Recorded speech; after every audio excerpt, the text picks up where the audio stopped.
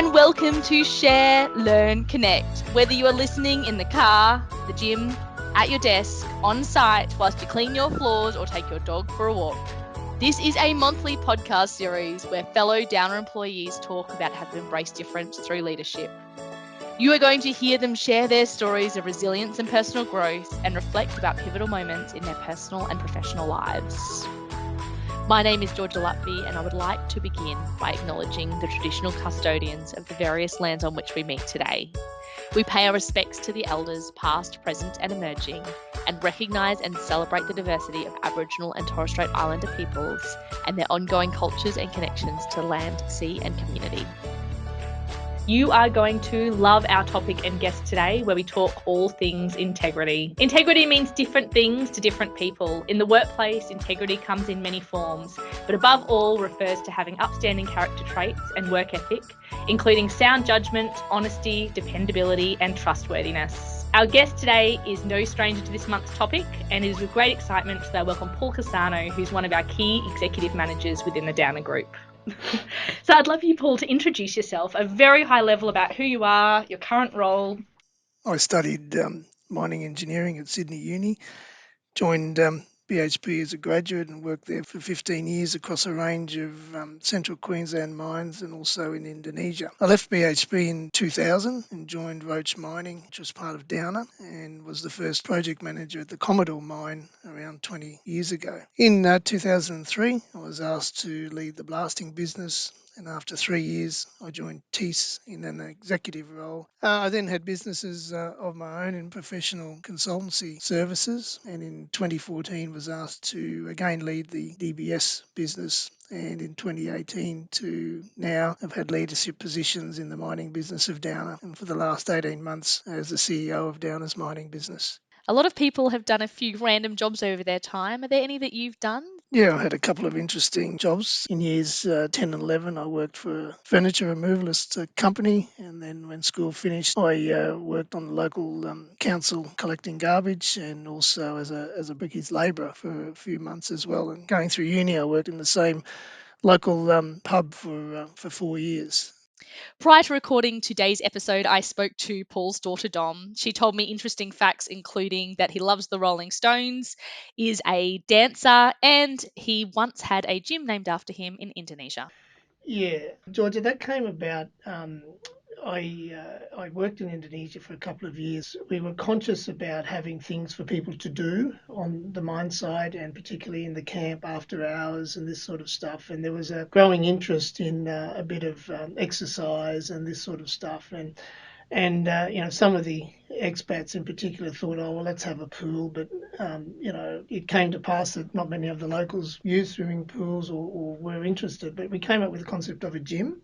The building was built and the equipment came, and I didn't realise at the time that they actually named the gym after me, and I understand that name is still on the gymnasium today. So that would have been about 1995, I guess. Wow. And I found a photo of it some years later. But a bit of a lasting legacy, I suppose, which was good because people got something out of it. Absolutely. And legacy will be a big part of what we talk about today in terms of the legacy that you're going to leave within the Downer Group and the legacy that you've left within the number of organisations you've worked within. And so today, one of the key themes is we want to talk about integrity. And integrity has been something that's really been fundamental in your career over your time, but also something that's really important and foundational to Downer. So can you tell me, what does integrity mean to you, Paul? I think probably at its core, it's being true to yourself and your own values, being open and honest, being genuine, making decisions for the greater good as opposed to just yourself and self-interest, I think is important. And there's an element of authenticity about it as well. I mean, to be authentic is to be genuine in yourself, and to maintain that integrity of oneself, I think, is important as well. And you started working in mining 35 years ago.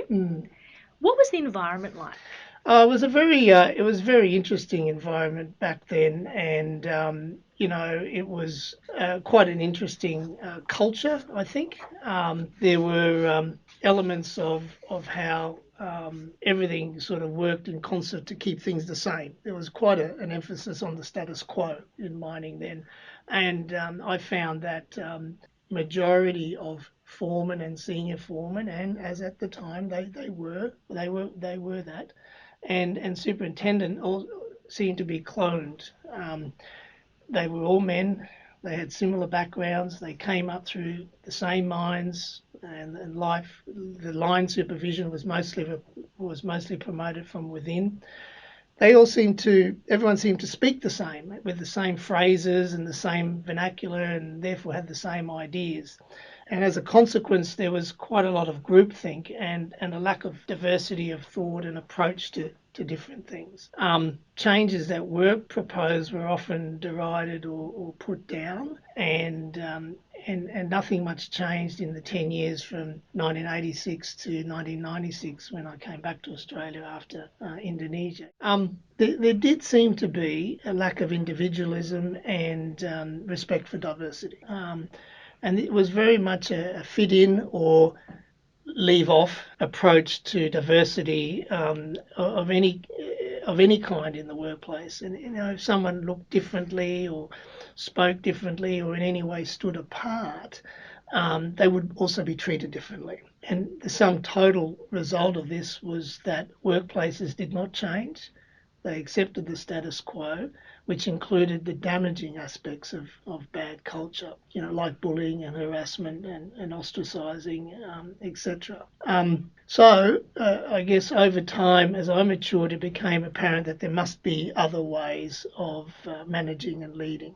And said to myself that, if I'm in a position to do that, that I would. And one in particular is how we treat people. As mentioned, I spent 2 years in Indonesia, where I and my family we were immersed in and grew to appreciate a different culture.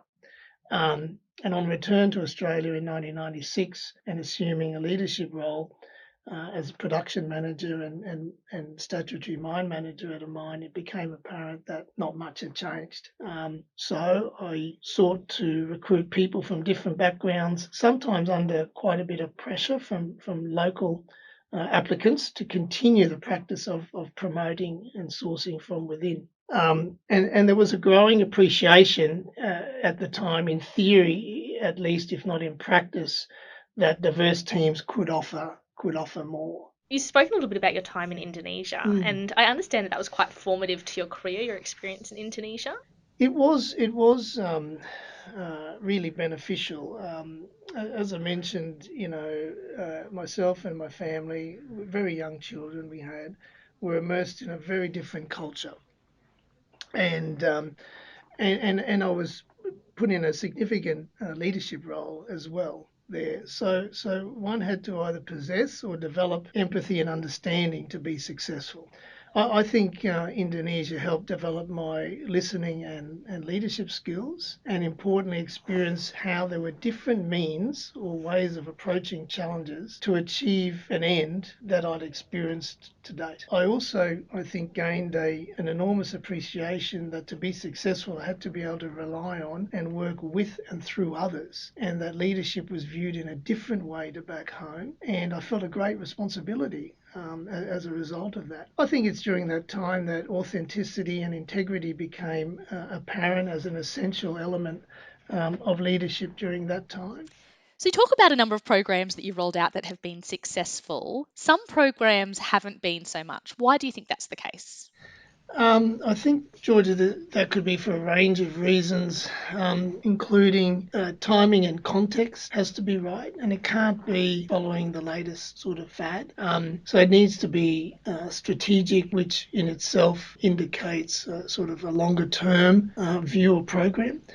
In my experience, culture change may be generally poorly understood in some organisations.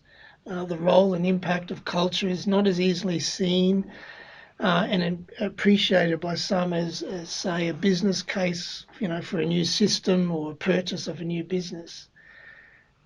And because it can be less tangible than other business measures, it tends to get, or it may get overlooked.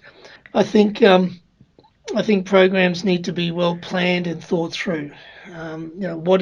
What is trying to be achieved here? Why?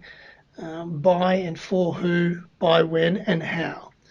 And it must be championed and overtly endorsed by the top organisations or departments or teams, and the commitment must be evident.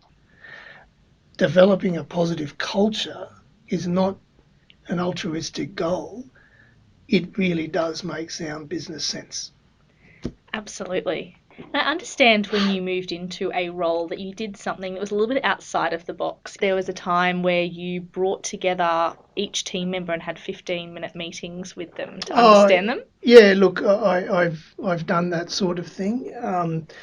I think in this day and age where businesses do strive to improve and look at communication and that sort of thing, I think we lose sight of the fact that there are some inherent qualities, needs, and that people have, and I think will always continue to have. And one of them is person-to-person engagement, and we can't be aloof as leaders. Yes, in different roles, I've taken the time to meet with people one-on-one.